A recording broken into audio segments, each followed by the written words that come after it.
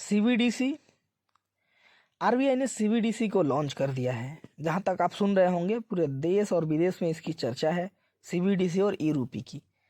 CBDC एक तरीके से सेंट्रल बैंक डिजिटल करेंसी, इसका फुल फॉर्म होता है सीबीडीसी का। जैसे आप बिटकॉइन, इथेरियम और ये सारी चीज़ों को देख रहे होंगे, ये डिजिटल करेंसी है। तो भारत ने भी अपना डिजिटल करेंसी, आरबीआई ने अपना डिजिटल करेंसी सीबीडीसी जो ई रूपी के नाम से उसे लॉन्च कर दिया है। लेकिन इसमें खास बात यह है कि बिटकॉइन, इथेरियम और जैसे अनरेगुलेटेड करेंसी है, इसको कोई रेगुलेट नहीं कर रहा है। लेकिन जो सीबीडीसी है, जो ई रूपी है, इसको आरबीआई रेगुलेट कर रही है। आरबीआई को पता है कि कौन किसके पास कितना पैसा भेजेगा, कौन किसके पास नहीं भेजेगा। ये तो हम चलिए आगे बात करने वाले हैं। सबसे पहले हम इस वीडियो में 4 पॉइंटों को समझने वाले हैं। सबसे पहली चीज़ कि ये सीबीडीसी होता क्या है। दूसरी चीज़ यूपीआई क्या होता है। तीसरी चीज़ यूपीआई और सीबीडीसी में क्या अंतर है। चौथी चीज़ कि इस सीबीडीसी को लॉन्च करने से लोगों को, पूरी जनता को और सरकार को क्या क्या फ़ायदा होने हैं। तो इन हम 4 पॉइंटों पे बात करेंगे, ठीक है। तो देखिए, सीबीडीसी जो है उसका फुल फॉर्म होता है central bank digital currency. Digital currency के बारे में आप रिसर्च कर लीजिएगा, क्योंकि मैं बहुत शॉर्ट फॉर्म में बताने की कोशिश करूंगा, फिर भी ये वीडियो 6-7 मिनट का बन ही जाएगा। तो सेंट्रल बैंक डिजिटल करेंसी, आप डिजिटल करेंसी वो चीज़ें होती है जिसे आप छू नहीं सकते, हाथ में नहीं ले सकते। आप बस अपने आप मोबाइल स्क्रीन पे आप देखेंगे और वहाँ पे आप एक दूसरे को मोबाइल स्क्रीन से ही वैलेट टू वैलेट आप उसे ट्रांसफ़र करेंगे, उसे हम बोलते हैं डिजिटल करेंसी, ठीक है। जो कि अभी जैसे बिटकॉइन, इथेरियम, ये सारी चीज़ें हैं, डिजिटल करेंसी है, लेकिन वो अनरेगुलेटेड है, उसे कोई रेगुलेट नहीं करता। लेकिन सीबीडीसी को आरबीआई रेगुलेट करती है, तो यहाँ पे सिक्योरिटी बढ़ जाती है, इसलिए आपको इसमें कोई डरने की चीज़ नहीं है। दूसरी चीज़, हम अब आते हैं कि यूपीआई क्या होता है। यूपीआई जो है, बता दें कि वो एक पेमेंट प्लेटफॉर्म है, ठीक है, इंटरफेस है। जैसे हम आपको बता दें, यूपीआई का फुल फॉर्म होता है यूनिफाइड पेमेंट इंटरफेस।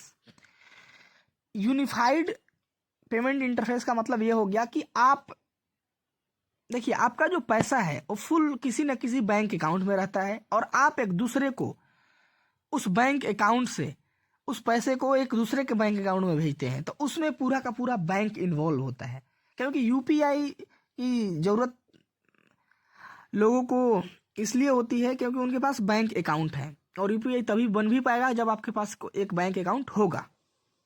तो देखिए, यूपीआई में आपको बैंक अकाउंट होना अनिवार्य है, और यूपीआई में पैसा ट्रांसफ़र करने के लिए भी आपके पास, दोनों लोगों के पास बैंक अकाउंट होना अनिवार्य है, जिसमें कि बिचवलिए बैंक आ जाते हैं। आरबीआई तो डायरेक्ट आप खाता अकाउंट खुलवाए नहीं है, तो बहुत सारे आप छोटे छोटे ब्रांचों में, बैंकों में अकाउंट खुलवाएं, तो वहाँ पे 2 बैंक इन्वॉल्व होते हैं यूपीआई को पेमेंट को पूरा करने के लिए, ठीक है। इसके बाद हम अब आते हैं कि अंतर क्या है यूपीआई से और ई रूपी जो बना है। तो हम आपको अंतर बता देते हैं। देखिए, यूपीआई जो है, यूपीआई को एक पेमेंट को कंप्लीट करने में बहुत सारे बैंक इन्वॉल्व होते हैं, इसलिए वहाँ पे कम से कम 2 रुपये का खर्चा हो जाता है। लेकिन ई रूपी के केस में ये नहीं है, क्योंकि ई रूपी पूरी की पूरी ब्लॉकचेन पे है, और वहाँ पे कोई बिचवलिए बैंक नहीं आ रहे हैं। डायरेक्ट आरबीआई के वो जो बैलेट आप क्रिएट करेंगे आपका ई रूपी का, वो डायरेक्ट आरबीआई के पास होगा, और एक दूसरे को जब आप पैसा भेजेंगे ई रूपी के माध्यम से, तो वहाँ पे 1 भी रुपया सरकार का खर्च नहीं होने वाला है, और नहीं आपका खर्च होने वाला है। तो पहली फायदा ये हो गई। दूसरी चीज़, इन बैंकों में जैसे बैंक डूब जाता था, आपका पैसा डूब जाता था, तो यहाँ पे सिक्योरिटी ये बढ़ गई कि अब आपका जो डिजिटल करेंसी है वो आरबीआई न कभी डूबने वाली है, न आपका पैसा कभी डूबने वाला। तो यहाँ पे ये सिक्योरिटी बढ़ जाती है। इससे क्या क्या अभी फायदे बताने वाले हैं हम। देखिए, फायदा ये होने वाला है कि अब हमारे जितने भी ट्रांजैक्शन होंगे उसको कोई ट्रैक नहीं कर पाएगा, क्योंकि ये पूरा का पूरा ब्लॉकचेन पे है। बस आरबीआई को पता होगा कि कितना पैसा किसको हम भेज रहे हैं। दूसरी चीज़, जो ब्लैक मनी का जो धंधा है वो ख़त्म हो जाएगा पूरे देश से, अगर ये स्टार्ट हो गया तो सारे लोग इसको यूज कर रहे हैं तो, क्योंकि जो ब्लैक में पैसे रखे हुए हैं वो अब नहीं रख सकते, ई रूपी में आपको रखना ही पड़ेगा। जब ई रूपी में आप रखेंगे तो आरबीआई को पूरा का पूरा पता होगा।